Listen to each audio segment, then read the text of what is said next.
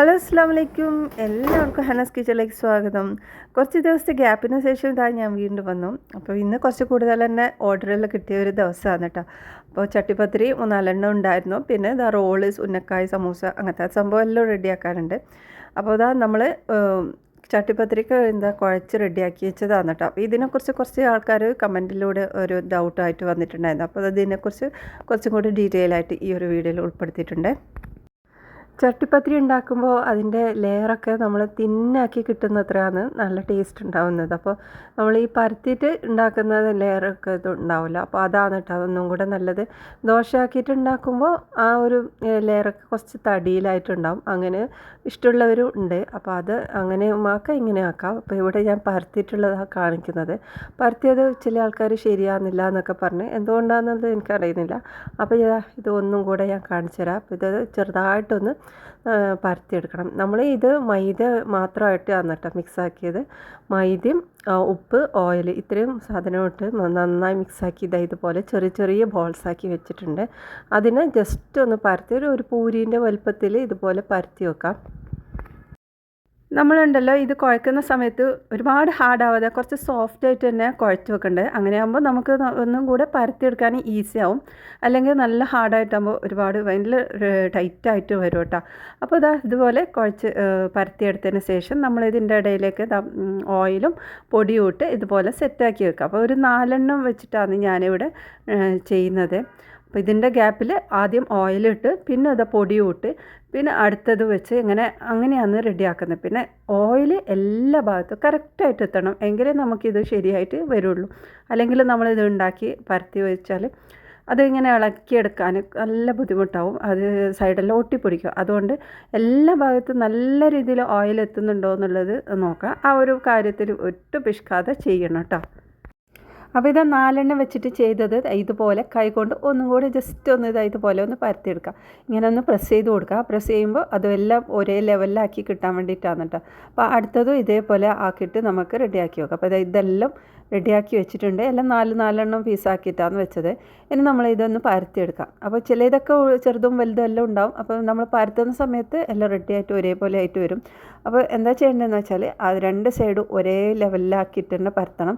ഒരു സൈഡ് തന്നെ പരത്തി കഴിഞ്ഞാൽ അത് തിരിച്ചിട്ടിട്ട് ആ ഒരു മറ്റേ സൈഡും പരത്തണം. അപ്പോൾ ആണ് ഒരേ ലെവലിൽ വരുന്നത്. ഒരേ സൈഡ് തന്നെ പരത്തി കഴിഞ്ഞാൽ അടിഭാഗത്ത് ചുരുങ്ങിക്കൊണ്ട് വരും കേട്ടോ. അപ്പോൾ ഇതെല്ലാം പരത്തി റെഡിയാക്കി വെച്ചിട്ടുണ്ട്. ഇനി നമുക്കിത് വേവിച്ചെടുക്കാം. അപ്പോൾ ചൂടായ പാനിലോട്ട് ഒരു പത്തിരി ഇട്ട് കൊടുത്തിട്ടുണ്ട്. അപ്പോൾ ഒരു ഭാഗത്ത് ചെറുതായിട്ടൊന്ന് കളറ് മാറി അതൊരു കുറച്ചൊരു ഹാർഡ് പോലെ ആയിട്ട് വരുമ്പോഴാണ് നമ്മൾ തിരിച്ചിടുന്നത്. ഇട്ട ഉടനെ നമ്മൾ തിരിച്ചും മറിച്ച് ഇട്ട് കഴിഞ്ഞാൽ അതിൻ്റെ ഷേപ്പെല്ലാം മോശമായിപ്പോൾ. അപ്പോൾ ഒരു ഭാഗത്ത് ചെറുതായിട്ടൊന്ന് വെന്തതിന് ശേഷം നമുക്കിത് തിരിച്ചിട്ട് കൊടുക്കാം കേട്ടോ.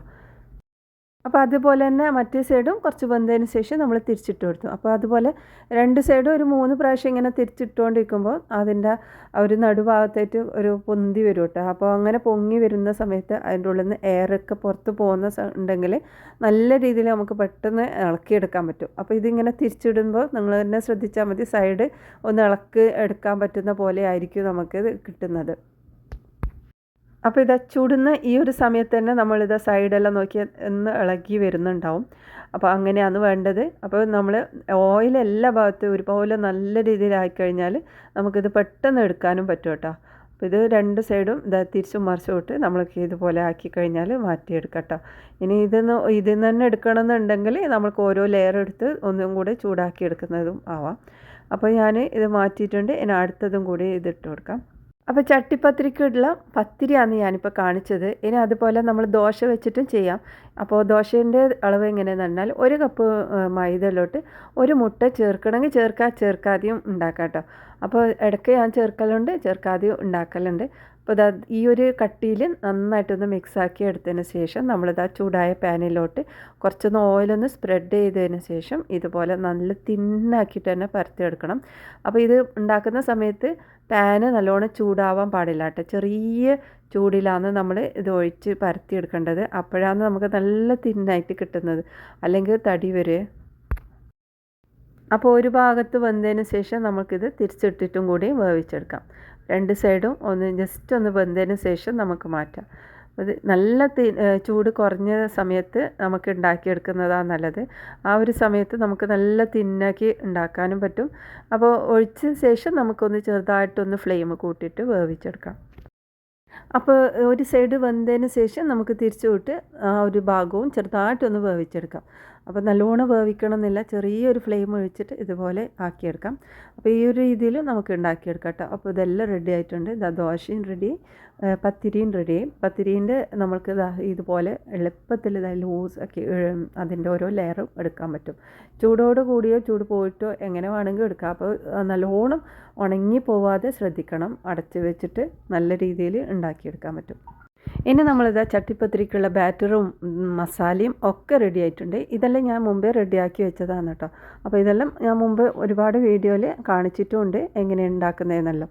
അപ്പോൾ നമ്മൾ സെറ്റ് ചെയ്യുന്ന പാത്രത്തിലോട്ട് കുറച്ച് ഓയിലൊന്ന് നന്നായിട്ടൊന്ന് സ്പ്രെഡ് ചെയ്ത് സൈഡിലേക്കും എല്ലാ ഭാഗത്തും ഓയിലാക്കണം. അപ്പോൾ നമ്മൾ എളുപ്പത്തിൽ ഇളക്കിയെടുക്കാൻ പറ്റും, അല്ലെങ്കിൽ സൈഡിൽ ഒട്ടിപ്പോയിട്ട് അതിൻ്റെ ഷേപ്പിന് ഒരു വൃത്തികേടാവും. അപ്പോൾ അതൊന്ന് റെഡിയാക്കിയെടുക്കാം. പിന്നെ നമ്മളിതാ ഓരോ ദോശയും അല്ലെങ്കിൽ പത്തിരി ആയാലും ഈ ഒരു ബാറ്ററിൽ ഡിപ്പ് ചെയ്തിട്ട് മസാല ഇട്ട് സെറ്റ് ചെയ്തെടുക്കാം. അപ്പോൾ അടിപൊളി ടേസ്റ്റുള്ള ചട്ടിപ്പത്തിരിയാണ്. ഇതുണ്ടെങ്കിൽ നമുക്ക് വേറെ ഒന്നും വേണ്ട, നമ്മൾ ഓയിൽ ലെസ്സാണ് കേട്ടോ. നമ്മൾ അധികമൊന്നും ഓയിലൊന്നും ഉപയോഗിക്കാതെ ഉണ്ടാക്കിയെടുക്കുന്ന ടേസ്റ്റാണെങ്കിലോ അടിപൊളിയാണ്, നല്ല ടേസ്റ്റാണ്. ട്രൈ ചെയ്ത് നോക്ക്. ഇതുവരെ ഉണ്ടാക്കാത്തവരാണെങ്കിൽ ഒരു പ്രാവശ്യമെങ്കിലും ഉണ്ടാക്കി നോക്കട്ടോ. നോമ്പിൻ്റെ സമയത്ത് അധികമുള്ള വീട്ടിലും ഉണ്ടാക്കുന്ന ഒരു സാധനം തന്നെയായിരിക്കും ചട്ടിപ്പത്തിരി. പക്ഷേ ഞാൻ എൻ്റേതായ രീതിയിൽ കാണിച്ചതാണ്. അപ്പോൾ സെയിൽ ചെയ്യുന്നവർക്കെല്ലാം ഒരുപാട് ഓർഡർ കിട്ടുന്നതും ഈ ഒരു ചട്ടിപ്പത്തിരി തന്നെയായിരിക്കും.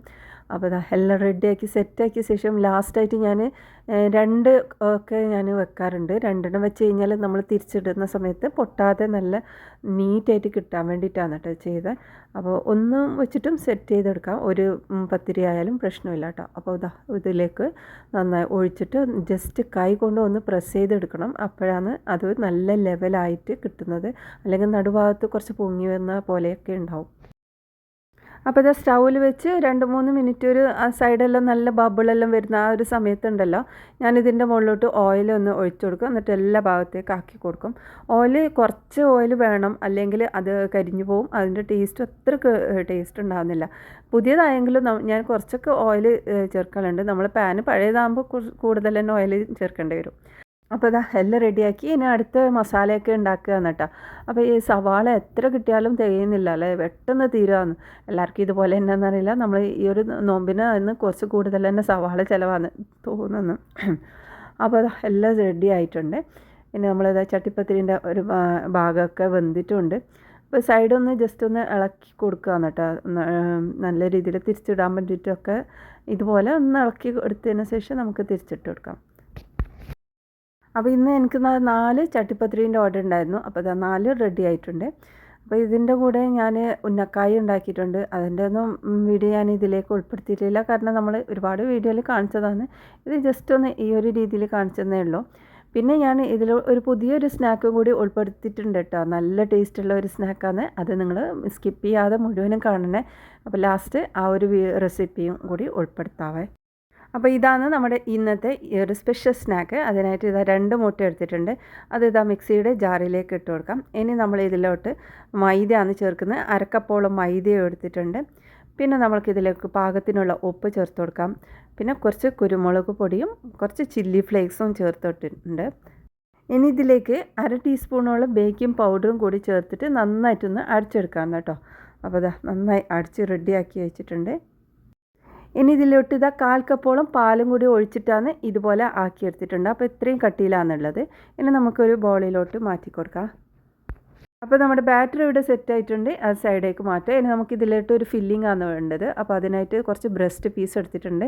ഇതിലോട്ട് നമ്മൾ ഇഞ്ചി വെളുത്തുള്ളി എല്ലാം ഓരോ ടീസ്പൂൺ ഇട്ടിട്ടുണ്ട്. പിന്നെ ക്യാപ്സിക്കം കുറച്ച് എടുത്തിട്ടുണ്ട്. പിന്നെ കുറച്ച് കുരുമുളക് പൊടിയും. ഇനി ഇതിലേക്ക് കുറച്ച് ചില്ലി ഫ്ലേക്സും കൂടി ചേർത്ത് കൊടുക്കാം. നമ്മൾക്ക് എരിവിനനുസരിച്ചിട്ടുള്ള ഇതൊക്കെ അളവ് നമ്മൾക്ക് ഇഷ്ടത്തിനനുസരിച്ച് എടുക്കാം കേട്ടോ. ഇനി കുറച്ച് സോയാ സോസും ഇട്ടിട്ടുണ്ട്. സ്വീറ്റ് സോയാ സോസാണ്. ഇനി ഞാൻ ഇതിലോട്ട് 1 ടേബിൾ സ്പൂൺ ബട്ടറാണ് ചേർക്കുന്നത്. ബട്ടറിന് പകരം ഓയിലായാലും ചേർക്കാം കേട്ടോ. ഇനി പാകത്തിനുള്ള ഉപ്പും ചേർത്തിട്ട് നന്നായിട്ടൊന്ന് അരച്ചെടുക്കാം. അപ്പോൾ ഈ ഒരു ചിക്കനും വെജിറ്റബിൾസും ഒക്കെ നന്നായി അരഞ്ഞ് കിട്ടണം. അപ്പോൾ ഇതുപോലെ റെഡി ആയിട്ടുണ്ട്. ഇനി നമുക്കിതൊന്ന് വേവിച്ചെടുക്കണം. അപ്പോൾ അതാ പാനിലോട്ട് നമ്മൾ ഈ ഒരു മസാല ഇട്ട് കൊടുക്കുക. അപ്പോൾ ഈ ഒരു മസാല ഞാൻ ഫുള്ളായിട്ട് എടുത്തില്ല, ഇതുപോലെ ഞാൻ ആക്കിയിട്ട് ഫ്രിഡ്ജിൽ വെക്കും. അപ്പോൾ നമ്മളൊക്കെ എന്തെങ്കിലും സ്നാക്ക് ഉണ്ടാക്കുന്ന സമയത്ത് അത് ഇങ്ങനെ യൂസ് ചെയ്യും കേട്ടോ.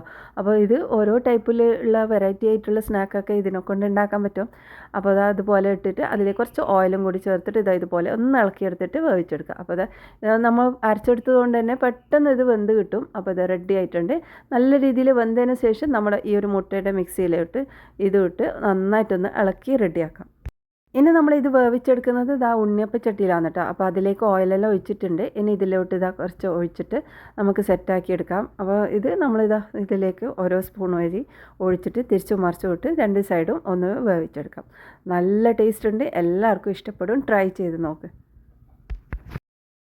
നമ്മൾ ഈ ഒരു ചാനലിൽ ഒരുപാട് ടൈപ്പുള്ള വെറൈറ്റി ആയിട്ടുള്ള സ്നാക്ക് ഉണ്ട്. ഇതുവരെ കാണാത്തവരുണ്ടെങ്കിൽ കണ്ടു നോക്ക്. പുതിയ മെമ്പേഴ്സ് ആണെങ്കിൽ ഒന്ന് സബ്സ്ക്രൈബ് ചെയ്ത് സപ്പോർട്ട് ചെയ്യണേ.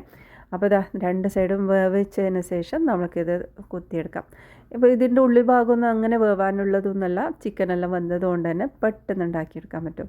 അപ്പോൾ നോമ്പ് കാലത്ത് ഒരു സ്പെഷ്യലായിട്ടും വെറൈറ്റി ആയിട്ടും നമുക്ക് സെയിൽ ചെയ്യാനും പറ്റിയതും ഒക്കെ ആയിട്ടുള്ള ഒരു സ്നാക്കാണ്. ട്രൈ ചെയ്തിട്ട് നിങ്ങളുടെ വിലയേറിയ അഭിപ്രായം അറിയിക്കണേ. ഇനി അടുത്ത നല്ല റെസിപ്പിയുമായി വീണ്ടും വരാം. ബായ്.